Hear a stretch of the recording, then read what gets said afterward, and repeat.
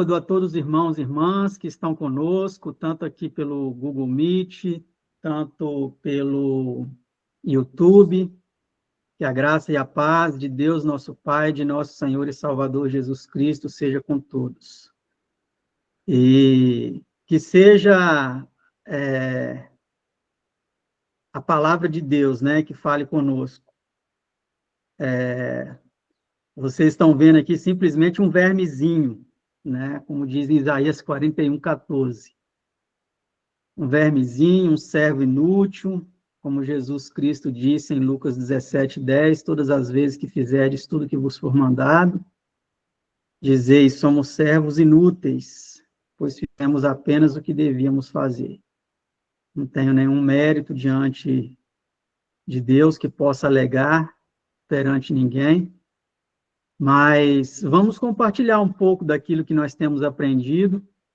Algumas pessoas aqui já ouviram essa palestra, né? Pude compartilhá-la com os irmãos lá de Cariacica, em uma oportunidade em que estive ali presencialmente com eles, mas aqui agora com o maior número de pessoas e também para que possa ficar disponível aí também no canal, né? É importante compartilharmos esta mensagem para estarmos compreendendo um pouco melhor a respeito da questão da justificação pela fé e da chuva serôdia. Nós vamos ver qual é a relação que existe entre essas duas coisas, né? Eu vou tentar colocar aqui na tela a apresentação.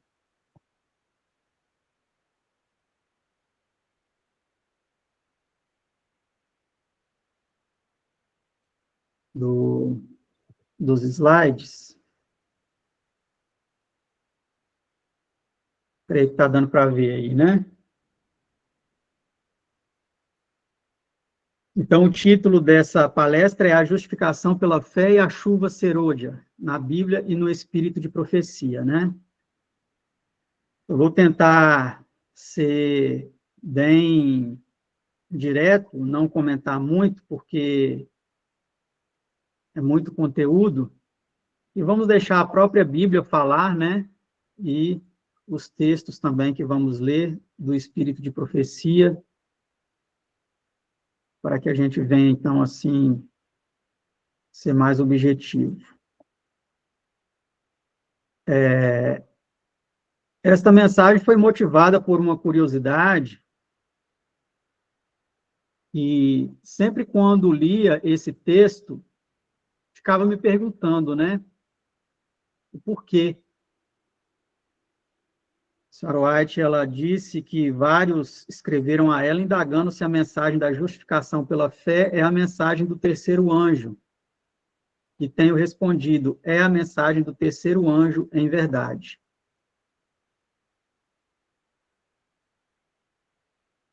E ela disse que, em sua misericórdia, enviou o Senhor preciosa mensagem a seu povo por intermédio dos pastores Wagner e Jones. Esta mensagem devia pôr de maneira mais preeminente diante do mundo o Salvador crucificado, o sacrifício pelos pecados de todo o mundo. Apresentava a justificação pela fé no fiador. Convidava o povo para receber a justiça de Cristo que se manifesta na obediência a todos os mandamentos. E ela diz que muitos perderam Jesus de vista. Eles deviam ter tido o olhar fixo em sua divina pessoa, em seus méritos e em seu imutável amor pela família humana. Todo o poder foi entregue em suas mãos, para que ele pudesse dar ricos dons aos homens, transmitindo o inestimável dom de sua justiça ao impotente ser humano. Porque, na realidade, é isso que somos, né? Somos impotentes. E necessitamos da justiça de Cristo. Esta é a mensagem que Deus manda proclamar ao mundo. É a terceira mensagem angélica que deve ser proclamada com alto clamor e regada com o derramamento de seu Espírito Santo em grande medida. Então, aqui nós vemos neste texto uma ligação entre estes dois temas, tanto o tema da justificação pela fé, quanto o tema da chuva serôdia. né? Ali na primeira parte, nós vimos, né, que Deus, por meio de seu Filho Jesus Cristo, né, tem a intenção de nos transmitir o inestimável dom de sua justiça. E ela faz a ligação desta verdade com a terceira mensagem angélica e com o derramamento do Espírito Santo. A mensagem da justiça de Cristo há de soar desde uma até a outra extremidade da terra, a fim de preparar o caminho ao Senhor. Esta é a glória de Deus, com que será encerrada a mensagem do terceiro anjo. A última mensagem de graça a ser dada ao mundo é uma revelação do caráter do amor divino. Os filhos de Deus devem manifestar sua glória, revelarão em sua vida e caráter que a graça de Deus, o que a graça de Deus tem feito por eles. Então, lembrando aquelas palavras de nosso Senhor Jesus, né? O mundo conhecerá que sois meus discípulos, se vos amardes uns aos outros. E aqui nós vemos isso colocado de forma muito clara, né? Os filhos de Deus devem manifestar sua glória. Revelarão em sua vida e caráter o que a graça de Deus tem feito por eles. E ali na primeira parte, nós vimos a última mensagem de graça ser dada ao mundo, é uma revelação do caráter do amor divino. Esse caráter do amor divino deve ser reproduzido em nós, em nossa vida, em nossas atitudes. Esta é a obra que Cristo, ele está fazendo. Eu quero dizer assim, né? Não que ele quer fazer, mas que ele está fazendo em nós. Devemos clamar por esta obra. Clamar que o amor de Cristo ele seja reproduzido em nós. E que este amor alcance as almas que estão necessitadas deste amor, né? Para que o mundo conheça que ele nos enviou. Então, diante desses textos, sempre me vinha essa pergunta, essa indagação: como pode a terceira mensagem angélica ser a mensagem da justificação pela fé? Porque nós sabemos que a terceira mensagem angélica é uma mensagem que fala de juízo, é uma mensagem que fala de condenação àqueles que receberem o sinal da besta, como vemos aí em Apocalipse 14, 9 e 10. E seguiu-os o terceiro anjo, dizendo com grande voz: se alguém adorar a besta e a sua imagem e receber o sinal na sua testa ou na sua mão, também este beberá do vinho da ira de Deus, que se deitou não misturado no cálice da sua ira, e será atormentado com fogo e enxofre diante dos santos anjos e diante do Cordeiro. E a fumaça do seu tormento sobe para todos sempre, e não tem repouso, nem de dia nem de noite, os que adoram a besta e a sua imagem, e aquele que recebeu o sinal do seu nome. Aqui está a paciência dos santos, aqui estão os que guardam os mandamentos de Deus e a fé de Jesus. Então, aqui nós vemos a ligação, né? Entre a terceira mensagem angélica e a mensagem da justificação pela fé. Nós vemos que os que proclamam esta mensagem são aqueles que guardam os mandamentos de Deus e têm a fé de Jesus. Existe uma variação desse texto que fala sobre a fé em Jesus, mas aqui na Corrigida Fiel aparece a fé de Jesus. Então, nós vamos agora ver alguns textos que falam a respeito da justificação pela fé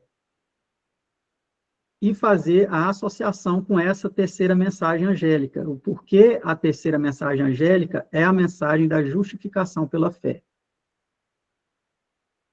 Paulo, em Romanos 3, 19 e 20, e nos versos seguintes também, ele, falando sobre a justificação pela fé, ele diz: ora, nós sabemos que tudo que a lei diz, aos que estão debaixo da lei o diz, para que toda boca esteja fechada e todo mundo seja condenável diante de Deus. Então, nós, aqui está falando toda a boca, inclusive essa que está falando com vocês. Toda a boca esteja fechada. e todo mundo seja condenável diante de Deus. Então, nós somos condenáveis, irmãos. Não temos nenhum pingo de justiça em nós. Somos vermezinhos rastejantes. Isaías 41, 14. É assim que o Senhor nos chama. Ó, não temas, vermezinho de Jacó, povozinho de Israel, eu te ajudo, diz o Senhor. E o teu Redentor é o Santo de Israel. Somos servos inúteis. Não temos nenhuma partícula de nada que possa atrair o favor de Deus para conosco. E Paulo vai continuar dizendo, por isso nenhuma carne será justificada diante dele pelas obras da lei, porque pela lei vem o conhecimento do pecado. E ele vai continuar dizendo nos versos seguintes, mas agora se manifestou sem a lei a justiça de Deus, tendo o testemunho da lei e dos profetas. Isto é, a justiça de Deus pela fé em Jesus Cristo, para todos e sobre todos os que creem, porque não há diferença, porque todos pecaram e destituídos estão da glória de Deus. Então, a justiça de Deus se manifestou, irmãos. Aqui, como diz no verso 22, isto é, a justiça de Deus pela fé em Jesus Cristo, pela fé na justiça de Cristo, de que ele, de fato, foi justo. Ele é o justo, ele é o puro, ele é o perfeito. Ele obedeceu 100%. Ele não pecou em nada. A nossa fé deve estar firmemente estabelecida nele.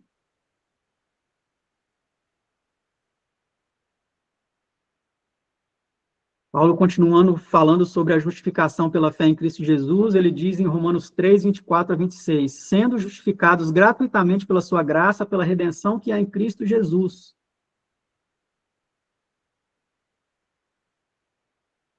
Gratuitamente. Ou seja, não há nada que possamos fazer para pagar isso. É gratuito.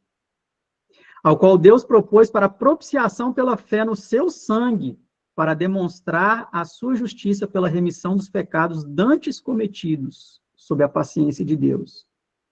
Para demonstração da sua justiça neste tempo presente, para que ele seja justo e justificador daquele que tem fé em Jesus. Para que ele seja justo. Não somente justo, como sabemos que ele é, mas também justificador. Ele é o nosso justificador.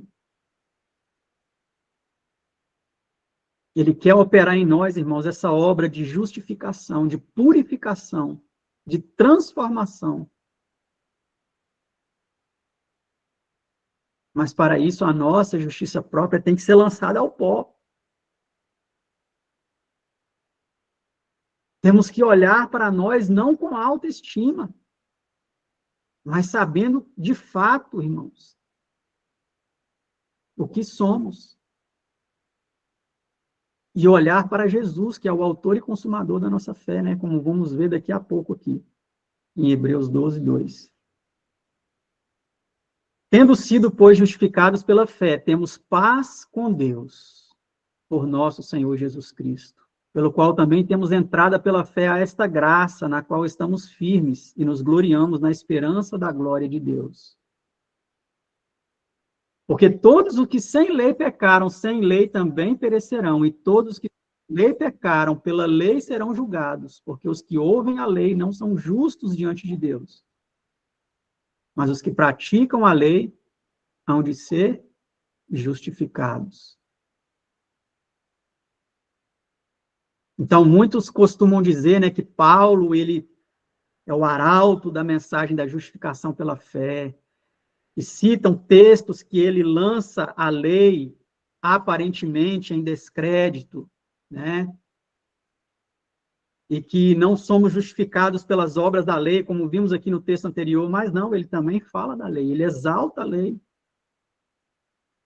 Os que ouvem a lei não são justos diante de Deus, mas os que praticam a lei hão de ser justificados. mas praticar a lei, irmãos. Com o autor dela habitando em nós. É aí que está a diferença, porque se tentarmos fazer isso como os fariseus, sem Cristo, é justiça própria, é farisaísmo. Não temos capacidade, o ser humano sem Cristo não tem capacidade de obedecer. Cristo precisa habitar em nós. E não somente isso, mas também nos gloriamos nas tribulações, sabendo que a tribulação produz paciência, a paciência, a experiência, esperança, e a esperança não traz confusão. Porquanto o amor de Deus está derramado em nossos corações pelo Espírito Santo que nos foi dado. Romanos 5, 3 a 5. Então, olha aqui, irmãos. Como vimos lá aquele texto que a mensageira do Senhor diz, que a manifestação do amor de Deus tem que ser transmitida em nós. É uma mensagem bíblica, está aqui, ó. O amor de Deus é em conexão com o derramamento do Espírito Santo, com a chuva serôdia. O amor de Deus está derramado. Aqui não fala vai ser derramado. Fala, o amor de Deus está derramado em nossos corações pelo Espírito Santo que nos foi dado. Esse amor precisa estar vivo em nós, irmãos, para amarmos até mesmo os nossos inimigos que nos maltratam, nos perseguem, nos caluniam, nos ofendem, nos agridem, nos ignoram, nos prejudicam.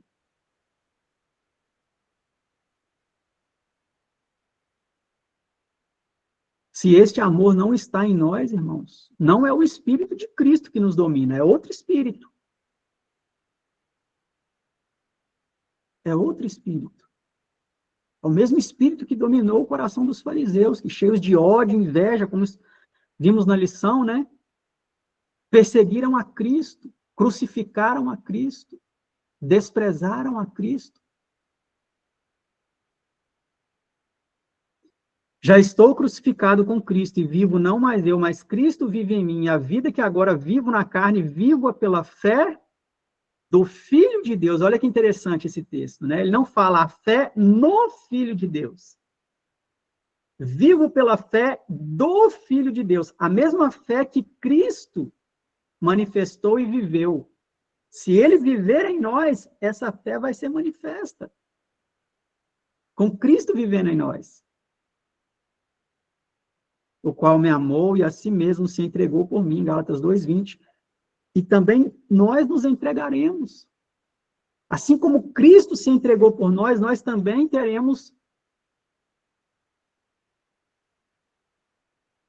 faremos a contrapartida, nos entregaremos.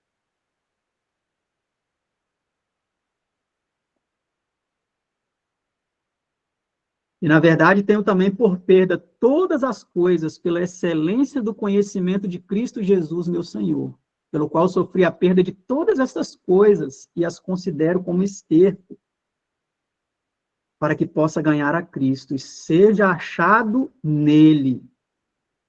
Seja achado nele.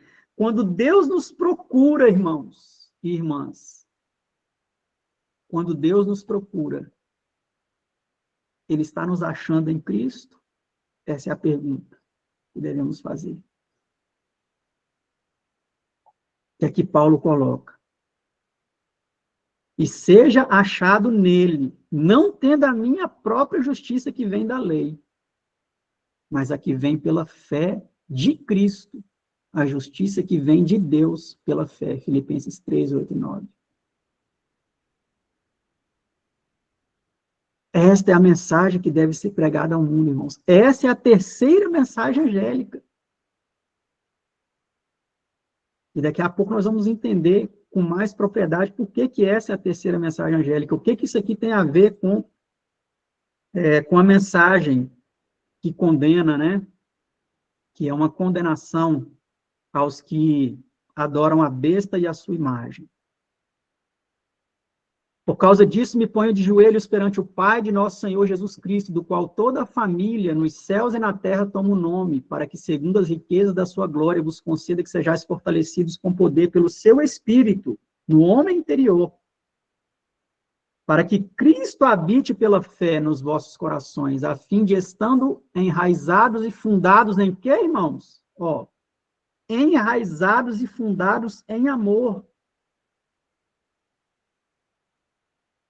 Então, a chuva serôdia, a presença do verdadeiro Espírito em nós, porque vocês vão perceber que o verso antes fala aqui, ó, para que sejais fortalecidos com poder pelo seu Espírito no homem interior. O que é essa habitação do Espírito no homem interior? A habitação de Cristo, ó, para que Cristo habite pela fé nos vossos corações, a fim de, estando enraizados e fundados em amor, poderdes perfeitamente compreender com todos os santos qual seja a largura e o comprimento e a altura e a profundidade, e conhecer o amor de Cristo, que excede todo o entendimento, para que sejais cheios de toda a plenitude de Deus. Efésios 3, 17 e 19. Então, irmãos, estar cheio da plenitude de Deus, a plenitude do Espírito, é conhecer o amor de Cristo. Será que conhecemos o amor de Cristo de forma experimental? A largura, o comprimento, a altura, a profundidade? Ou ainda estamos em rixas, intrigas, ruins suspeitas, maledicências, desconfianças? Que o Senhor venha dissipar de nós todas essas coisas e nos encher com a plenitude do seu amor. Vamos aqui ver alguns versos agora sobre a fé de Jesus versus a fé em Jesus. Filipenses 3:9 diz, e seja achado nele, já vimos esse texto, né? Não tendo a minha justiça que vem da lei, mas a que vem pela fé em Cristo, a saber, a justiça que vem de Deus pela fé. E o próprio Cristo disse, né? Estai em mim e eu em vós. Como a vara de si mesma não pode dar fruto se não estiver na videira, assim também vós, se não estiverdes em mim.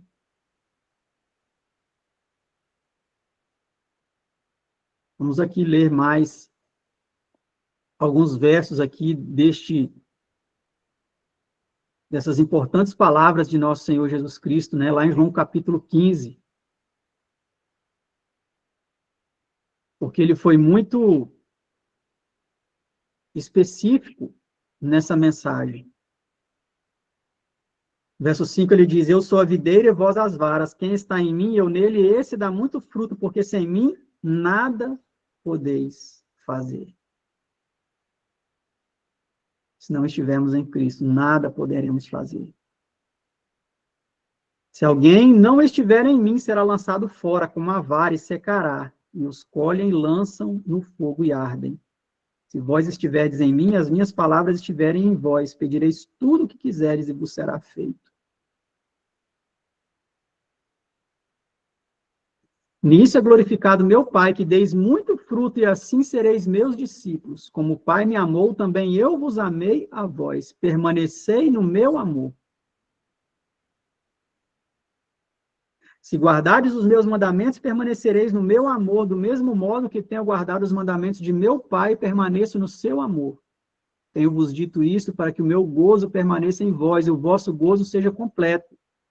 O meu mandamento é este, que vos ameis uns aos outros, assim como eu vos amei. Ninguém tem maior amor do que este, de dar a alguém a sua vida pelos seus amigos. Vós sereis meus amigos, se fizerdes o que vos mando. Lá no verso 17 ele diz, isso vos mando, que vos ameis uns aos outros.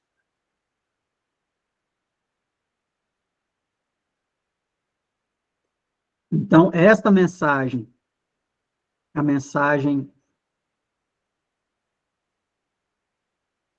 do amor de Deus em Cristo Jesus, precisa estar em nós. Eu estava aqui lendo a Bíblia apenas, né? Eu não coloquei essa parte aqui no slide do restante aqui do capítulo 15.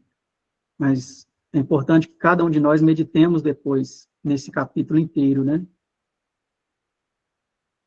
Então, irmãos, a fé de Jesus é Cristo em nós, é a justificação pela fé. A fé em Jesus como nosso Salvador,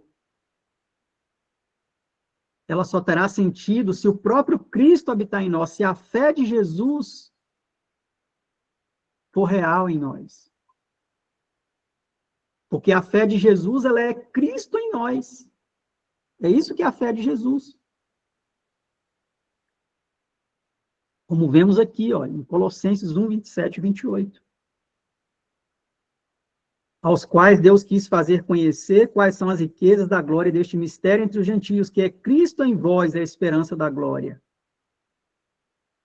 A quem anunciamos admoestando a todo homem e ensinando a todo homem toda a sabedoria, para que apresentemos todo homem perfeito em Cristo Jesus. Então, Cristo em nós é a esperança da glória. Lembram-se de Apocalipse 18? Que a terra inteira será iluminada com a glória do quarto anjo? Cristo em nós é a esperança da glória.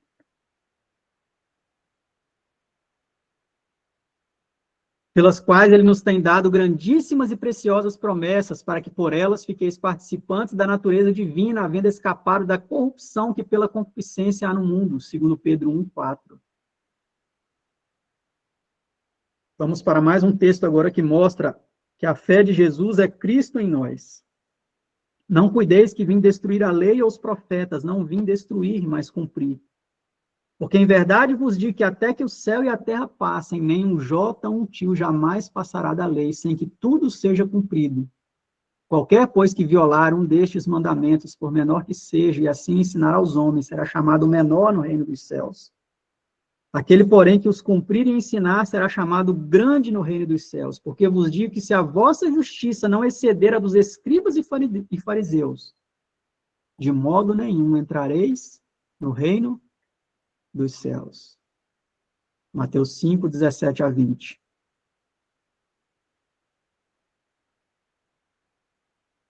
Então, isso aqui é justificação também, irmãos, pela fé. Através da obediência a todos os mandamentos. O sermão da montanha de Cristo, lá em Mateus capítulo 6, ele também tem muito a nos ensinar. Essa eu não coloquei no slide, vou citar aqui apenas lendo o texto, né? Tem muito a nos ensinar, irmãos, sobre a justificação pela fé. Quando Cristo diz, né, não andeis ansiosos quanto à vossa vida, pelo que haveis de comer ou pelo que haveis de beber, nem quanto ao vosso corpo, pelo que haveis de vestir, não é a vida mais do que o mantimento e o corpo mais do que o vestuário? Olhai para as aves dos céus, que não semeiam, nem cegam, nem ajuntam em celeiros, e vosso Pai Celestial as alimenta. Não tendes vós muito mais valor do que elas? É uma mensagem que nós conhecemos muito bem, né? O que isso tem a ver com a terceira mensagem angélica? É aqui que entra um detalhe, irmãos, fascinante, que quando o Senhor me abriu os olhos para entender isso, eu vi, nossa, é isso então? É por isso que a terceira mensagem angélica é a mensagem da justificação pela fé. Se nós estamos sendo justificados pela fé em Cristo Jesus, se nós aceitamos verdadeiramente a Cristo e o que ele ensinou, não andeis ansiosos pelo que haveis de comer, de beber ou de vestir. Não vamos ter medo, irmãos, de sermos proibidos de comprar ou vender. Porque a terceira mensagem angélica diz exatamente isso. Aquele que aceita a marca da besta o número do seu nome será atormentado com fogo e enxofre. Por que eles vão aceitar? Porque eles não têm fé. Que mesmo sendo fiéis a todos os mandamentos de Deus, eles serão guardados por Deus. Não padecerão necessidades. E mesmo se padecer, não vão se importar.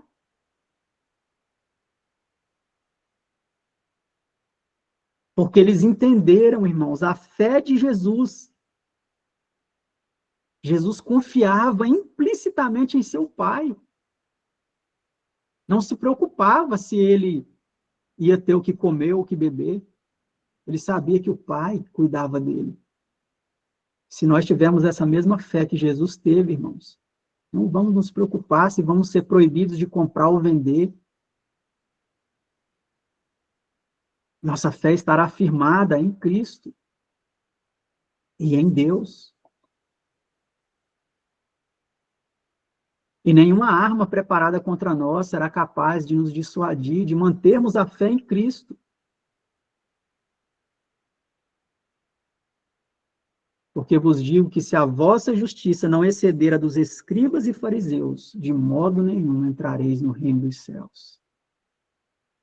Exceder por quê, irmãos? Não porque devemos nos considerar melhores do que os escribas e fariseus, não, porque a fé deles era uma fé, na realidade não tinham fé, né? A justiça deles era a justiça própria. E quando Cristo fala aqui, vos digo que se a vossa justiça não exceder a dos escribas e fariseus, não é a nossa justiça própria, mas é a justiça que vem dele, como veremos aqui no próximo texto, olha. Toda ferramenta preparada contra ti não prosperará.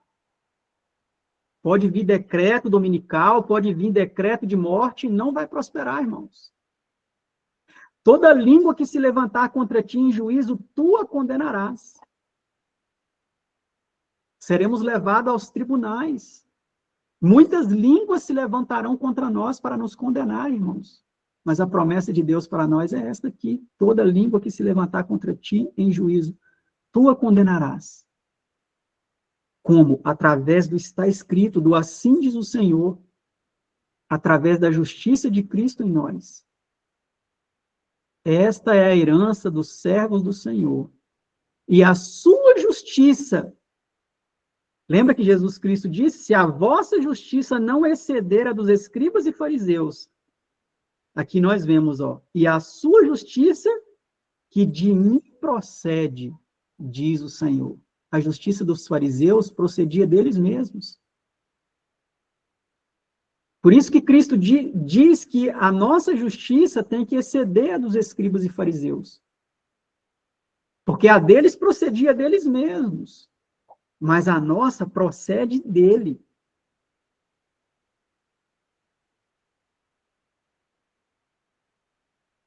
Vamos aqui agora para alguns textos que falam dessa justiça como um manto, como uma couraça que nos protege, irmãos, nesta batalha espiritual. Regozijar-me-ei muito no Senhor. A minha alma se alegra no meu Deus, porque me cobriu de vestes de salvação, me envolveu com um manto de justiça, como noivo que se adorna de turbante, como noiva que se enfeita com as suas joias. Isaías 61, 10. Estai, pois, firmes, cingindo-vos com a verdade e vestindo-vos da couraça da justiça. Efésios 6, 14. Aconselho-te que de mim compres ouro provado no fogo para que te enriqueças e roupas brancas para que te vistas e não apareça a vergonha da tua nudez e que unjas os teus olhos com colírio para que vejas. Apocalipse 3, 18. Para que veja a tua verdadeira condição.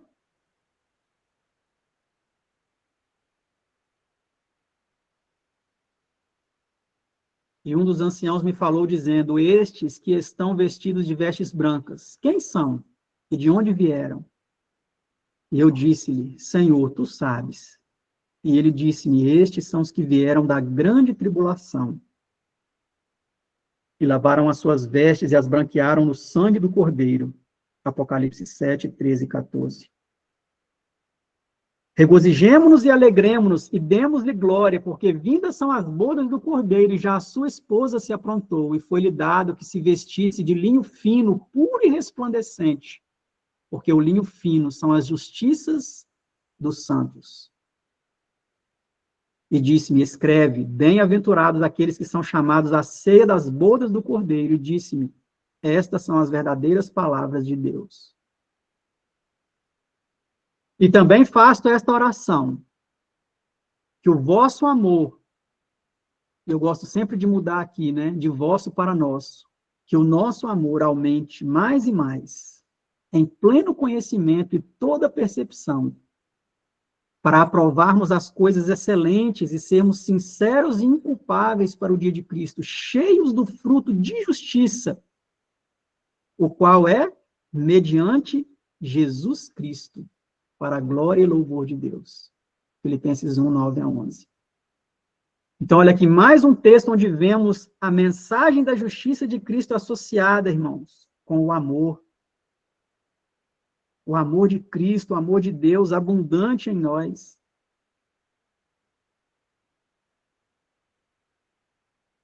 Portanto, nós também, pois que estamos rodeados de uma tão grande nuvem de testemunhas, deixemos todo o embaraço e o pecado que tão de perto nos rodeia e corramos com paciência a carreira que nos está proposta, olhando para Jesus. Não olha para o Roberto, não. O Roberto é falho, é deficiente, é um vermezinho, é um servo inútil. Olhe para Cristo, olhando para Jesus, autor e consumador da fé, o qual, pelo gozo que lhe estava proposto, suportou a cruz, desprezando a afronta, e assentou-se à destra do trono de Deus. Hebreus 12, 1 e 2. Então, esses textos, irmãos, poderíamos ter apresentado aqui mais outros textos, mas não queremos esgotar o assunto aqui, também o tempo não permite. Nos mostram aí, né, a questão da justificação pela fé e da justiça de Cristo. Agora nós veremos alguns textos sobre a chuva serôdia. O que é a chuva serôdia? Porque nós vamos ver aqui, irmãos, que é exatamente a mesma coisa. Já estou entregando aqui, já estou falando para vocês. É exatamente a mesma coisa. A justiça de Cristo, vimos que é Cristo habitando em nós. A chuva serôdia é a mesma coisa, é Cristo habitando em nós.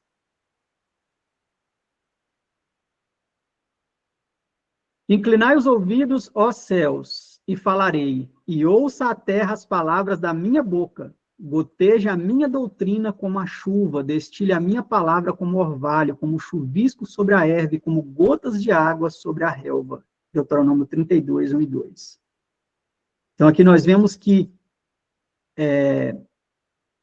a doutrina de Deus, ela vem a nós, irmãos, como a chuva, como orvalho. A palavra dele vem a nós como orvalho, como a chuva. Porque assim como desce a chuva e a neve dos céus e para lá não tornam, mas regam a terra e a fazem produzir e brotar e dar semente ao semeador e pão ao que come, assim será a minha palavra. Olha só, a chuva sendo comparada, a palavra sendo comparada à chuva. Assim será a minha palavra que sair da minha boca, ela não voltará para mim vazia, antes fará o que me apraz e prosperará naquilo para que a enviei. Isaías 55, 10 e 11. Então, conheçamos e prossigamos em conhecer ao Senhor. A sua saída como a alva é certa, e ele a nós virá como a chuva serôdia que rega a terra. Quem virá a nós, irmãos? O Senhor virá a nós. Por isso devemos conhecer e prosseguir em conhecer ao Senhor, irmãos. Um conhecimento experimental, relacional. Porque ele mesmo virá a nós como a chuva serôdia. E no capítulo 10 de Oséias vai fazer a ligação da chuva com a justiça. Olha aí, ó, semeai para vós em justiça, ceifai segundo a misericórdia, lavrai o campo da lavoura, porque é tempo de buscar ao Senhor, até que venha e chova a justiça sobre vós. Olha aí, ó, chova a justiça sobre nós. Peço só um minutinho a vocês, irmãos, uma licença.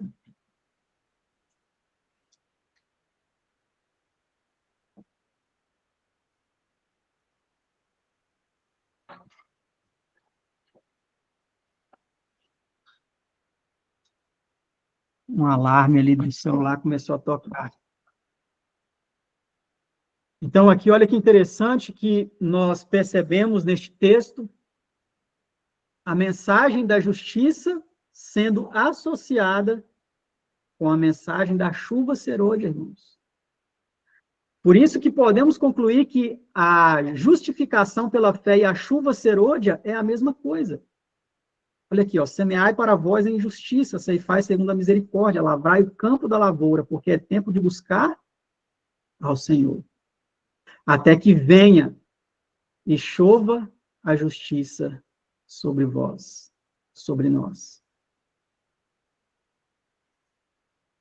Naqueles dias e naquele tempo eu farei crescer um renovo de justiça a Davi, e ele fará juízo e justiça na terra.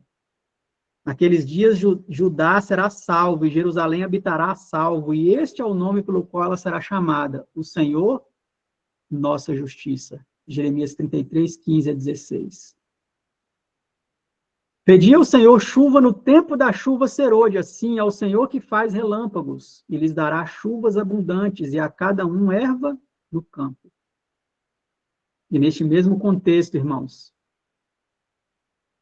no contexto em que o povo de Deus receberá a chuva serôdia, Cristo habitando neles, a justiça de Cristo neles, nesse mesmo contexto, há uma mensagem de condenação aos pastores. Contra os pastores se acendeu a minha ira e castigarei os bodes. Mas o Senhor dos exércitos visitará o seu rebanho, a casa de Judá, e os fará como seu majestoso cavalo na peleja. Zacarias 10, lemos aqui o verso 1 e o verso 3. E vós, filhos de Sião, regozijai-vos e alegrai-vos no Senhor vosso Deus, porque ele vos dará em justa medida a chuva temporã, fará descer a chuva do primeiro mês, a temporã e a serôdia. E há de ser que depois derramarei o meu espírito sobre toda a carne, e vossos filhos e vossas filhas profetizarão, os vossos velhos terão sonhos e os vossos jovens terão visões. Joel 2, 23 e 28. Então, neste contexto, irmãos, da chuva serôdia, da justiça de Cristo em nós, do amor de Cristo sendo manifesto no seu povo, da sua justiça, um povo justo, que tem a justiça de Cristo plenamente reproduzida neles, ocorrerão, irmãos, essas manifestações. Profetizar, ter sonhos, visões e tudo mais que nós sabemos, né? E mais um texto aqui para nós fecharmos essa parte e passarmos para alguns textos da senhora White. Tiago 5, 7 e 8. Sede, pois, irmãos, pacientes até a vinda do Senhor. Lembram-se de Apocalipse 14, 12? Aqui está a paciência dos santos. Sede, pois, irmãos, pacientes até a vinda do Senhor. Eis que o lavrador espera o precioso fruto da terra, aguardando-o com paciência, até que receba a chuva temporã e serôdia. Sede vós também pacientes, fortalecei os vossos corações, porque já a vinda do Senhor está próxima. Então, vamos aqui para alguns textos sobre a chuva serôdia. Uma pergunta que muitos fazem é: quando vai cair a chuva serôdia? Vamos ver aqui alguns textos da mensageira do Senhor a respeito disso. E fará descer a chuva, a temporã e a serôdia. No Oriente, a chuva temporã caía no tempo da semeadura, ela é necessária para que a semente possa germinar. Sob a influência de fertilizantes aguaceiros, brota o tenro rebento. Caindo perto do fim da estação, a chuva serôdia amadurece o grão e o prepara para a foice. O Senhor emprega estas operações da natureza para representar a obra do Espírito Santo.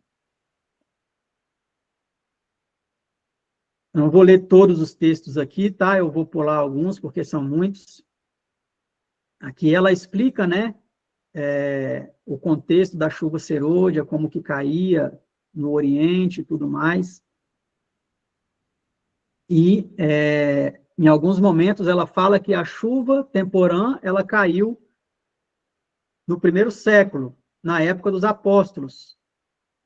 E a chuva serôdia, ela cai no último século, né? Nos dias finais da história deste mundo. Ela fala aqui que, ao avizinhar-se o fim da ceifa da terra, uma especial concessão de graça espiritual é prometida, a fim de preparar a igreja para a vinda do Filho do Homem. Esse derramamento do Espírito é comparado com a queda da chuva serôdia. Antes dos juízos finais de Deus caírem sobre a terra, haverá entre o povo do Senhor tal avivamento da primitiva piedade como não fora testemunhado desde os tempos apostólicos. O Espírito e o poder de Deus serão derramados sobre os seus filhos. Esta obra será semelhante à do dia do Pentecostes. Assim como a chuva temporã foi dada no derramamento do Espírito Santo, no início do Evangelho, para efetuar a germinação da preciosa semente, a chuva serôdia será dada em seu final, para o amadurecimento da seara.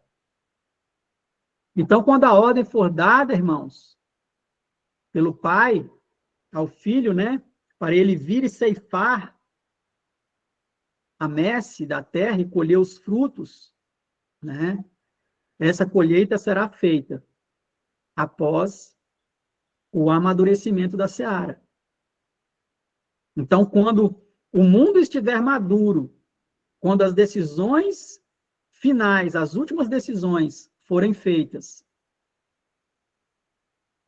a colheita virá.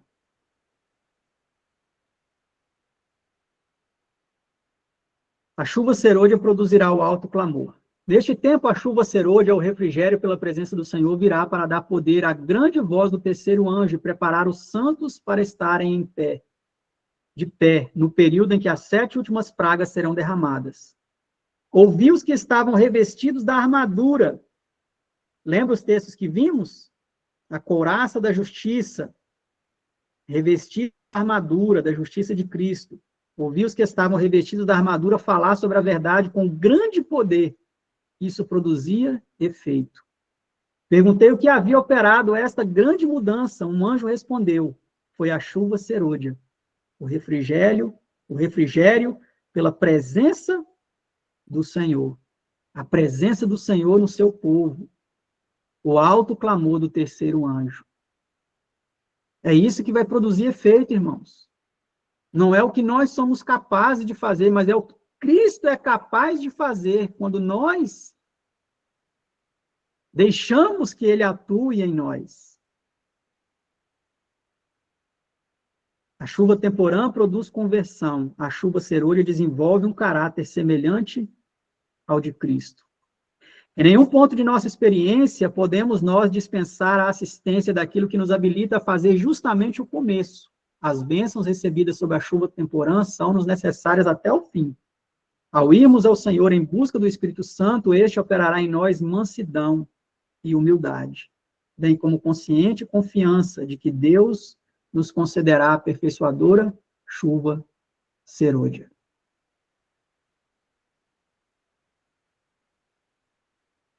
Manter o vaso limpo e com o lado certo para cima. Não precisamos nos preocupar com a chuva serôdia. Tudo quanto temos que fazer é manter o vaso limpo e com o lado certo para cima, estar preparados para receber a chuva celestial, orando continuamente, que a chuva serôdia caia em meu vaso. Que a luz do anjo glorioso, que se une ao terceiro anjo, resplandeça sobre mim. Dá-me uma parte na obra, que eu sou a proclamação, que eu seja um colaborador de Cristo. Assim, buscando a Deus, permiti-me contar-vos, Ele vos está preparando todo o tempo, concedendo-vos sua graça. A resposta poderá vir com inesperada rapidez e irresistível poder, ou poderá ser adiada por dias e semanas, e nossa fé passar por uma aprovação. Mas Deus sabe como e quando responder à nossa oração. Nossa parte da obra é pôr-nos em conexão com o conduto divino. Deus é responsável por sua parte da obra. Quem fez a promessa é fiel. A grande e importante questão para nós é ser unidos e do mesmo parecer, pondo de lado toda inveja e malícia, e como suplicantes humildes vigiar e esperar. Jesus, nosso representante e cabeça, está disposto a fazer para nós o que fez para os que oravam e vigiavam no dia do Pentecostes. Então, nós precisamos, irmãos, estar buscando isso aqui, estar unidos, ser do mesmo parecer, assim como os discípulos precisaram clamar por essa união, colocar as rixas de lado, colocar de lado toda a inveja, toda a malícia, como suplicantes humildes, vigiar e esperar. E Cristo fará por nós o mesmo que fez por eles. Não tenho nenhum tempo específico de que falar, no qual tenha lugar o derramamento do Espírito Santo. Quando o poderoso anjo descer do céu e se unir com o terceiro anjo na conclusão da obra para este mundo. Minha mensagem é que nossa única segurança é estarmos prontos para o refrigério celeste, tendo nossas lâmpadas preparadas e ardendo. Nossas lâmpadas, né, a palavra de Deus, precisa estar preparada, irmãos, ardendo com a chama do fervor missionário e pentecostal.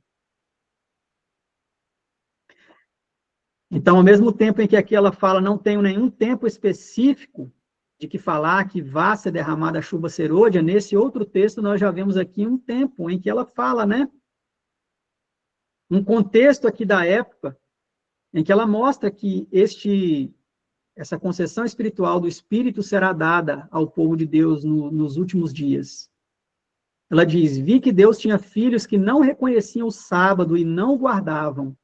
Eles não haviam rejeitado a luz sobre este ponto. E ao início do tempo de angústia, fomos cheios do Espírito Santo ao sairmos para proclamar o sábado mais amplamente. Isso enfureceu as igrejas e os adventistas nominais, pois não podiam refutar a verdade do sábado. Aqui nós vemos um tempo, irmãos, em que a igreja, que uma vez defendeu o sábado, vai deixar de defender. E vão se enfurecer contra o povo de Deus, os remanescentes dos últimos dias. Porque cheios do Espírito Santo, eles vão proclamar o sábado mais amplamente. E veja o que vai acontecer. E nesse tempo, os escolhidos de Deus viram todos claramente que tínhamos a verdade e saíram e enfrentaram a perseguição conosco. Muitos aqui vão atender o clamor, irmão, sai dela, povo meu. E vi a espada, a fome, a pestilência e grande confusão na terra. Os ímpios achavam que tínhamos acarretado juízo sobre eles. E se levantaram e tomaram conselho para desembaraçar a terra de nós, supondo que assim o mal seria contido. Primeiros Escritos, página 33, parágrafo 2.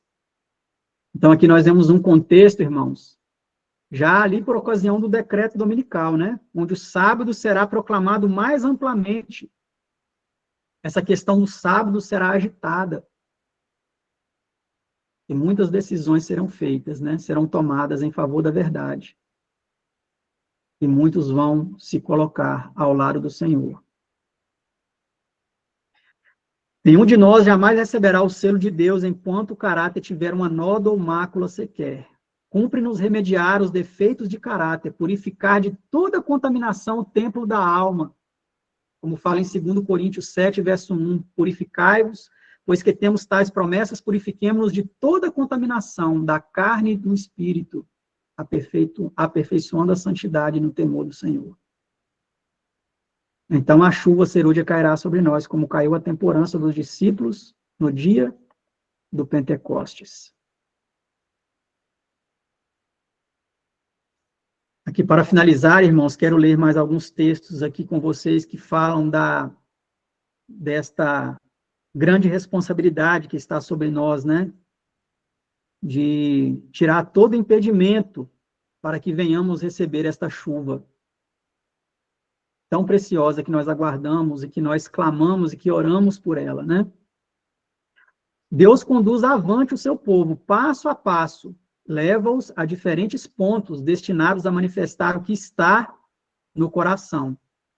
Alguns resistem em um ponto, mas caem no seguinte. A cada ponto mais adiante, o coração é experimentado e provado um pouco mais de perto.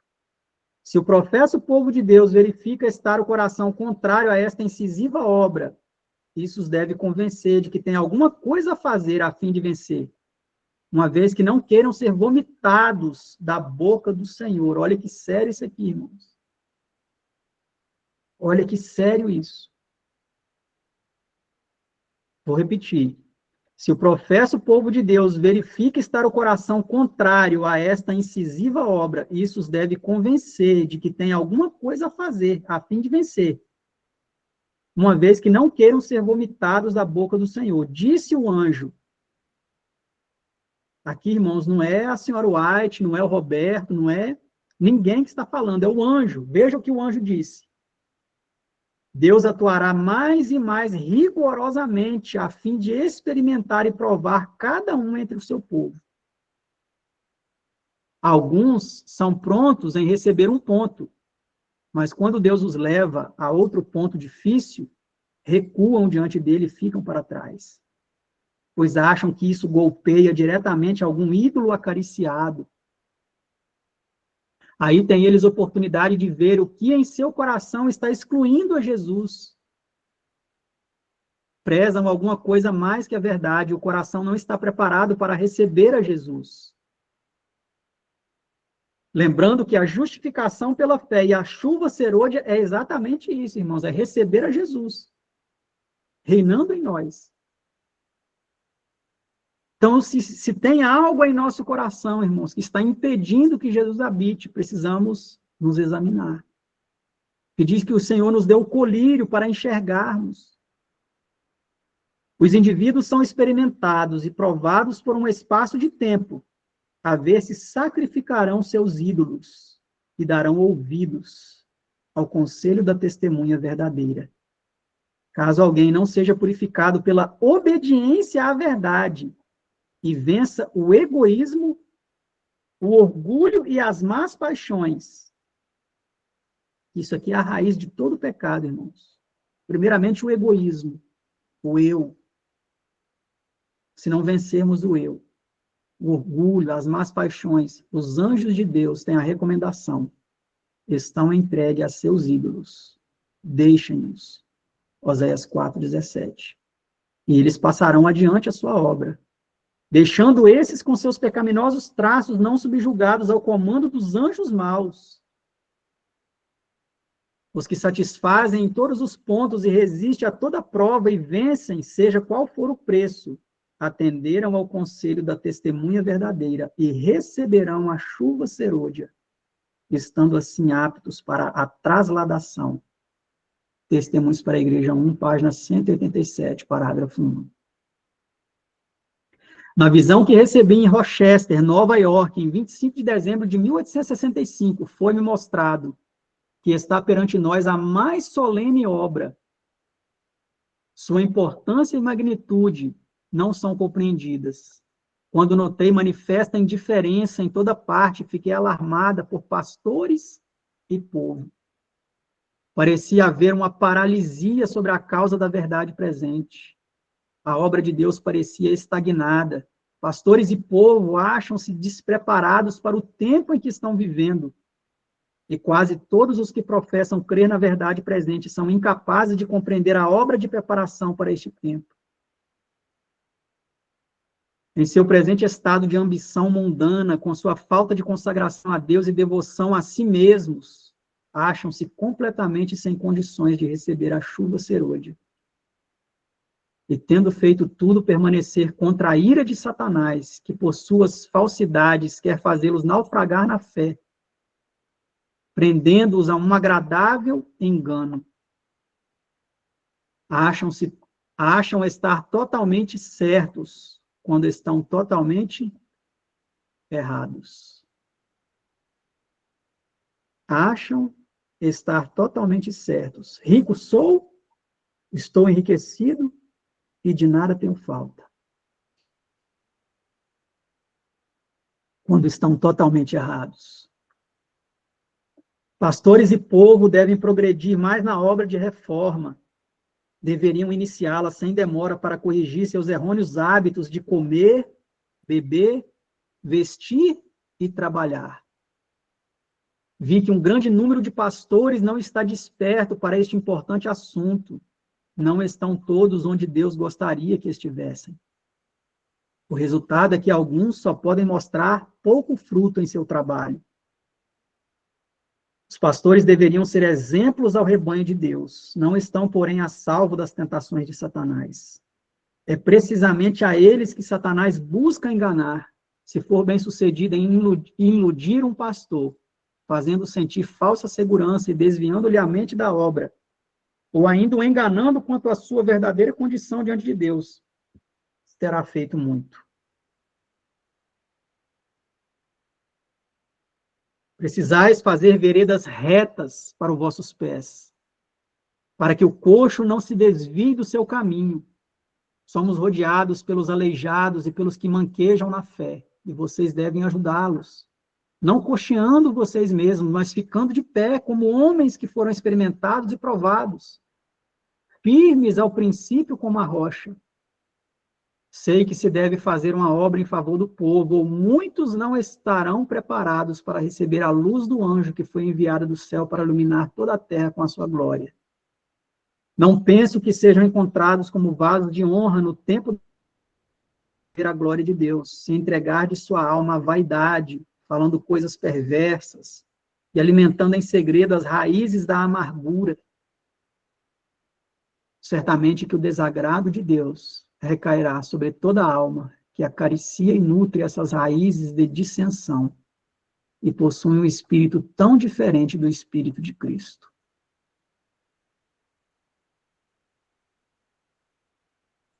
Então nós precisamos, irmãos, desfazer as dissensões para receber a chuva serôdia.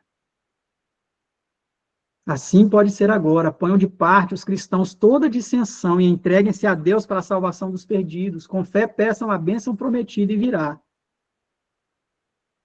O derramamento do Espírito nos dias dos apóstolos foi a chuva temporânea, e glorioso foi o resultado, mas a chuva serôdia será mais abundante. Qual é a promessa para os que vivem nos últimos dias? Voltai à fortaleza, ó presos de esperança. Também hoje vos anuncio que vos recompensarei em dobro. Zacarias 9:12. Pedi ao Senhor chuva no tempo da chuva serôdia, o Senhor que faz os relâmpagos. Lhes dará chuveiro de água e erva no campo a cada um. Zacarias 10, verso 1. Vamos encerrar, irmãos, concluindo o seguinte: a justificação pela fé é Cristo em nós, o Senhor justiça nossa. E a chuva serôdia é o mesmo, irmãos. O Espírito de Cristo em nós, com abundância. Ser removido todo egoísmo, todo orgulho, todo amor ao mundo, toda condescendência pecaminosa. Para que não haja nenhuma reserva, para que não haja nada do eu, mas Cristo plenamente reinando e habitando em nós. Estou longe disso, irmãos. Dos pecadores aqui eu sou o principal, sou o que mais precisa dessa mensagem. Que o Senhor opere em mim, irmãos, me purificando, me limpando de toda mancha, de toda mácula, de toda condescendência pecaminosa. Quando nós olhamos para nós, irmãos, não vemos como alcançar essa promessa. Mas quando olhamos para Cristo, não vemos como deixar de alcançá-la. Que Ele seja tudo em todos. Que Ele seja tudo em nós. Que Ele opere em nós com eficácia, com poder, para que o mundo conheça que nós somos seus discípulos. quando nós nos amarmos uns aos outros. Que Deus nos abençoe, irmãos. Amém.